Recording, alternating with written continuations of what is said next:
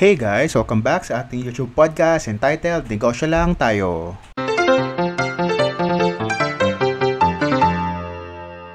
So a very exciting topic again for today. Actually it was a very long time ago nung last na nag-discuss tayo ng franchise review ng isang gasoline station. So for today, i-discuss naman natin ang isa sa mga direct competitor ni Shell, which is ang Petron. Ayan. So alam niyo naman, ang Petron ay isang homegrown brand that is owned by the San Miguel Corporation. Ayan. So many people are also asking kung magkano nga ba talaga mag-franchise ng Petron at kung okay ba or beneficial, profitable ba talaga mag-franchise in general ng gasoline station or ng specifically sa isang brand na Petron. Okay? So ngayon, pag-uusapan natin yung franchise fee, total investment cost, ano ba yung mga kailangan yung requirements para makapag-franchise ng Petron, at ang dalawang uri ng franchise structure or parang company structure ng Petron. Ayan. So, let's start.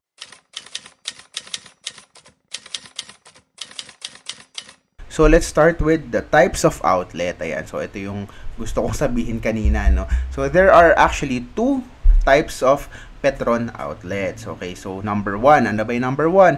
Number one is the company-owned service station. Ayan. Tulad naman ng sabi ko sa inyo, dun sa last podcast natin, which is yung mga franchisors o franchise na dapat nyo iwasan, isa sa mga green flag sa mga negosyo or sa mga franchise ang may mga company-owned stores. Tulad ni Petron, and up to now marami pa rin silang mga ina-acquire na company-owned service station. So, hindi sila heavily nakarely sa expansion nila sa mga franchisees nila. Yan. Yun naman kasi yung maganda. Of course, hindi pwede mag-stop ang expansion ng business dahil lang walang nagpa-franchise. Okay? So, si Petron, continuous pa rin ang kanyang expansion regardless if it's a franchise or company-owned. Ayan. So, that's the first type of outlet, company-owned service station. Second, of course, andyan na yung dealer-owned service station. Ayan. So, dito na papasok yung mga franchisee. Ang tawag kasi sa mga franchisee sa gasoline station ay ang mga dealers. Ayan. So, dyan na kayo papasok. So, si Petron, actually, you have two options in terms of location-wise. So, si Petron kasi, syempre, dire-diretso naman yung mga business development officers nila sa pag-scout kung saan bang mga site or saan bang mga lugar magagandang magtayo ng Petron. So, definitely, meron na silang wide array of list of potential outlets. Okay? So, first option, pwede kayong mamili doon sa long list of outlets nila. For example, ito yung mga sites sa Luzon or Mindanao, Visayas, or Metro, specifically siguro Metro Manila kung gusto nyo. Ito yung mga locations na pwede nyong pagpilian. So, ilalatag ni Petron yan sa inyo. Or, kung meron naman kayong sarili nyong lupa, which is ito sa gasoline station business, no? Ito yung sinabi sa akin ng Shell. Ang sabi nila, ang pinaka-profitable na type or structure sa pagpasok sa isang gasoline station outlet is dapat owned mo yung lupa. Okay? Owned mo dapat yung lupa. Usually, yun yung ginagawa ng mga gasoline station. May mga nililease out, pinererentahan sila, but majority, kung kaya nilang bibilhin talaga nila because hindi lang naman 5 taon ng gasoline station hindi lang 10 taon. Umaabot ng 20 years, 30 years yan. Siguro, exemption to the rule na lang yung mga sobrang hihinang outlet talaga na kailangan i-pull out agad. But definitely, again, kung meron kayong sariling lupa and yung lupa na yun talaga is very maganda yung volume ng cars na pumupunta, talagang in front of the national highway siya, definitely, mas maganda na i-push nyo na lang yung sarili nyo lupa kasi rent talaga is very expensive, lalong-lalo na dito sa gasoline station. Kasi sa gasoline station, maghuhukay kasi sila sa pinakailalim para doon nila ilalagay yung mga tangke ng gasolina, 'di ba? So it's very construction wise, it's very expensive, and also if you're leasing, your landlord would definitely charge you a very high amount of rent as well as security deposit Kasi nga, huhukayin nyo, bubutasin nyo yung lupa niya, di ba? So, again, those are the scenarios na pwede nyo ma-encounter in terms of choosing your location. Okay? So, let's proceed.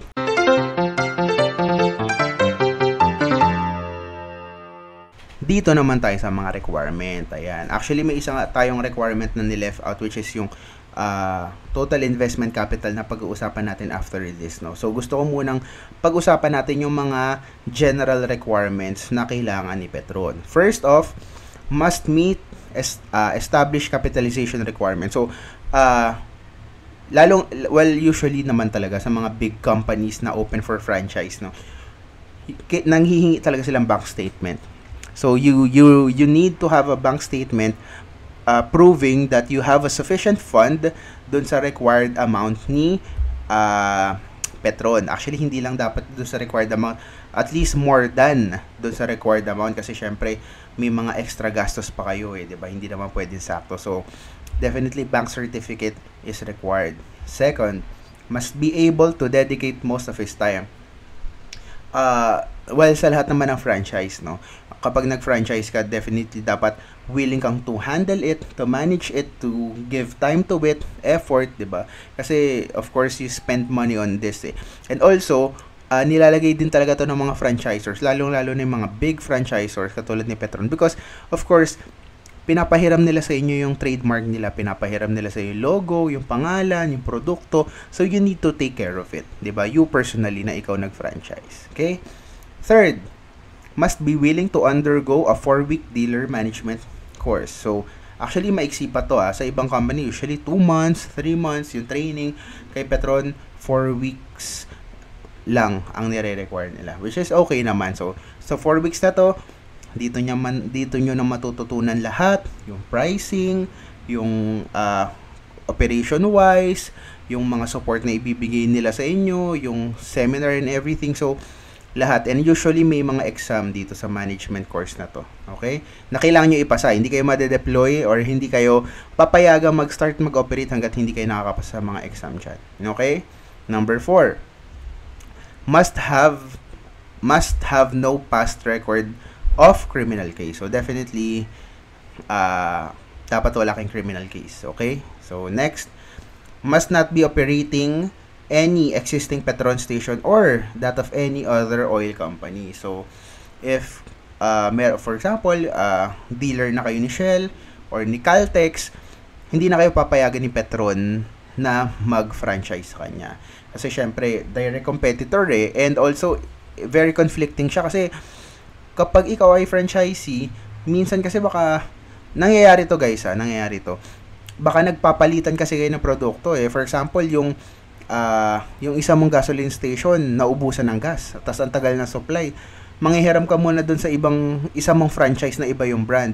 So, ayaw mangyari yun eh. Ayaw mangyari ng mga company yun na naghihiraman or nag-uutangan ng mga produkto na magkaibang brand. That is definitely a no-no. Actually, kahit same brand eh.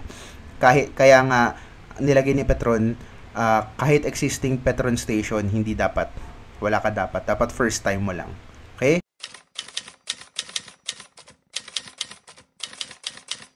So, ito na. Starting capital must be around 4 million to 9 million pesos. Actually, itong starting capital na to, wala siyang breakdown. Why? Because all of the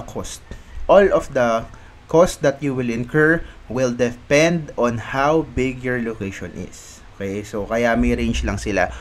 Kasi, kung mapapansin nyo, may mga Petron na kasi na mga maliliit lang, parang mga dalawang, kahit sa Shell, mga dalawang or apat na pumping station lang.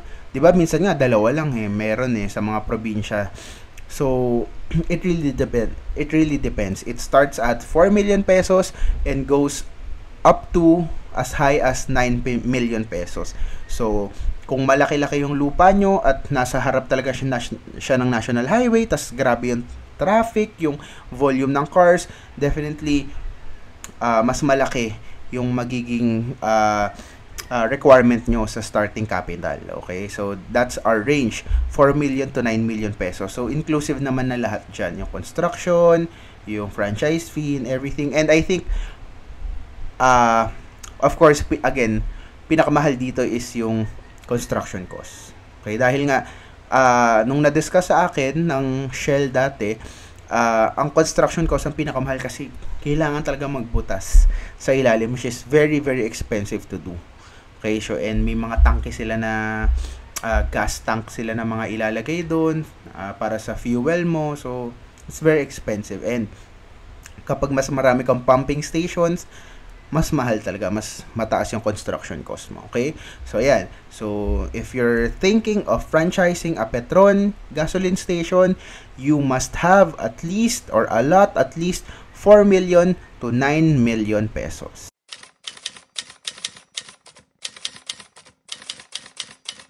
So, yung screening process naman natin. What is our screening process? Napakabilis lang. First step, screening itself. So, definitely, check nila yung profile mo. Kumusta ba yung business profile mo? Nag-handle ka na ba ng negosyo? Are you a first-timer? Your financial capabilities as well, and financial background, and criminal background as well. So, tulad nga lang na-mention natin, bawal yung mga may criminal records. Next is yung training, which is yung 4-week training natin. And lastly, yung installation and operation of your Petron gasoline station outlet. Ayan. So, very fast lang. 3 steps lang.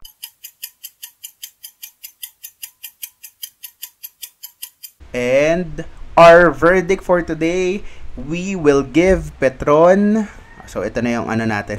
Ito na yung verdict natin kay Petron. We will give Petron 4 out of 5 stars. Ayan. So, bakit 4 out of 5 stars? Because in the Philippines, besides Shell, Petron for me is the most reliable, most efficient, most backed company, and also being owned by San Miguel itself. Napakaganda ng background ng Petron, no? Marketing wise, and also as a consumer myself, maganda yung gas ni Petron. Next to Shell, after Shell, si Petron na talaga yung next I'm not thinking of putting any other fuel to my car other than Shell or Petron. Yun lang. It's either Shell or Petron. I'm not sure about you because of course yung Phoenix gasoline station, mura din siya. Caltex is also there. We'll be discussing Caltex sometime dahil may details na rin tayo kay Caltex. But for me, top 2, it's Shell or Petron. Sometimes nga nauuna pa si Petron di ba? So marketing wise, again, andyan si Petron, and sobrang kilala din si Petron dahil of course andyan si San Miguel, may basketball team sila dati, may mga college team sila na binaback up. So they are very profitable talaga. They are well operated, they are well maintained, and they are well owned by the San Miguel Group. Okay, so for me, I will give Petron 4 out of 5 stars. And also, in terms of total capitalization niya, hindi talaga sobrang laki. Hindi parang nakakalulang price para sa napakagandang brand katulad ni Petron. Okay, so 4 to 9 million pesos is very reasonable. And also guys, yung 4 to 9 million pesos na yun, pwedeng tumaas na siya. Definitely tumaas na siya kahit of course inflation, because etong record na to, etong details na nakuha natin kay Petron mismo sa website nila, actually for the past year na siya So definitely baka tumaas na siya. You can expect more. Kaya ang tulad ng sinabi ko kanina, dapat mas mag-allot kayo ng more than the initial required capitalization. Ayan.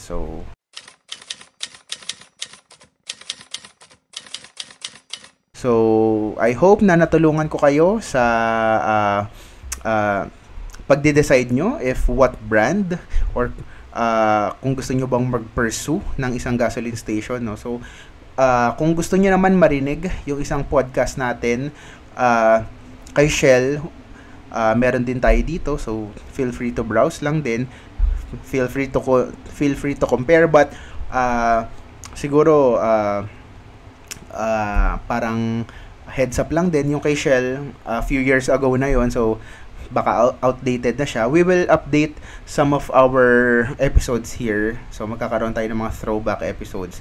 So ayun, you can compare so which brand is suits you, better for you. So, ayun. Thank you guys for listening.